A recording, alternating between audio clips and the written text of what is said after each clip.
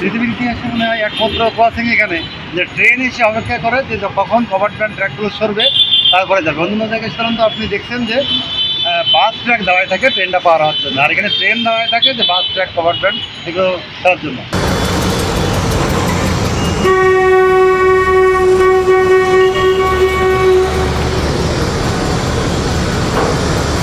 Train আসলে না আপনাদের কোনো যোগাযোগ করে, তাহলে আপনারা কীভাবে বুঝতে পারেন? হরন দিলে আমাদের কোনো টেলিফোন নাই, টেলিফোন ছিল নষ্ট হয়ে গেছে। ট্রেন আসলে তখন হরন দেয়, তখন আমরা বুঝতে পারি ট্রেন আসতেছে, তখন আমরা রাস্তা ধরে যাই না, আমরা হরন দিলে বুঝতে পারি। হওয়ার সময় আমরা এগুলো শিকার হই। আমার ড্রাইভাররা বেশিরভাগ মানে না, আমাদের সিগন্যাল মানে না, আবেগে সিগন্যাল মানে না।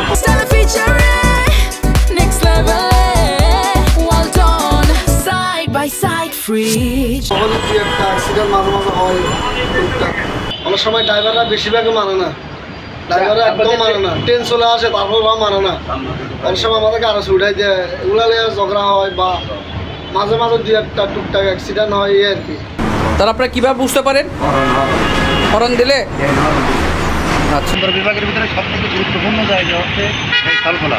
এইখানে হচ্ছে বন্দরের প্রবেশদ্বার এবং যত হাজার হাজার কভারম্যান ডেলি এখানে অ্যাভারেজে 4 থেকে 5 হাজার ট্রাক কভারম্যান এখানে প্রবেশ করে এবং এইখানে এসে পুরো রেল ক্রসিংয়ের উপরেই এই গাড়িগুলো দাঁড়ায় থাকে। সবথেকে মানে দুঃখজনক বিষয় হচ্ছে যে পৃথিবীর ইতিহাসে মনে হয় একমাত্র ক্রসিং এখানে যে ট্রেন এসে অপেক্ষা করে যে কখন কভারম্যান ট্র্যাকগুলো সরবে তারপরে যাবে। অন্য জায়গায় সাধারণত আপনি দেখছেন যে বাস ট্র্যাক দাঁড়ায় থাকে ট্রেনটা পার হওয়ার জন্য, আর এখানে ট্রেন দাঁড়ায় থাকে যে বাস ট্র্যাক কভারম্যান এগুলো করার জন্য। এই জন্য এটা আপনি অত্যন্ত একটা জনগুরুত্বপূর্ণ বিষয় সামনে নিয়ে আসছেন যে এখানে ক্রসিং নাই, এখানে সিগন্যাল নাই। এখানে সিগন্যাল থাকলে কী হতো, আগে থাকতে গাড়িগুলো ধরে রাখা সম্ভব হতো, গাড়ি ধরে রেখে তখন হচ্ছে ট্রেনটা সহজেই পার করে যাওয়া যেত। কিন্তু এখানে ট্রেন অপেক্ষা করে বাস ট্র্যাক সিগন্যালের উপরে দাঁড়ায় থাকে, এই জন্য এখানে আসলে সিগন্যালটা থাকা খুবই জরুরি।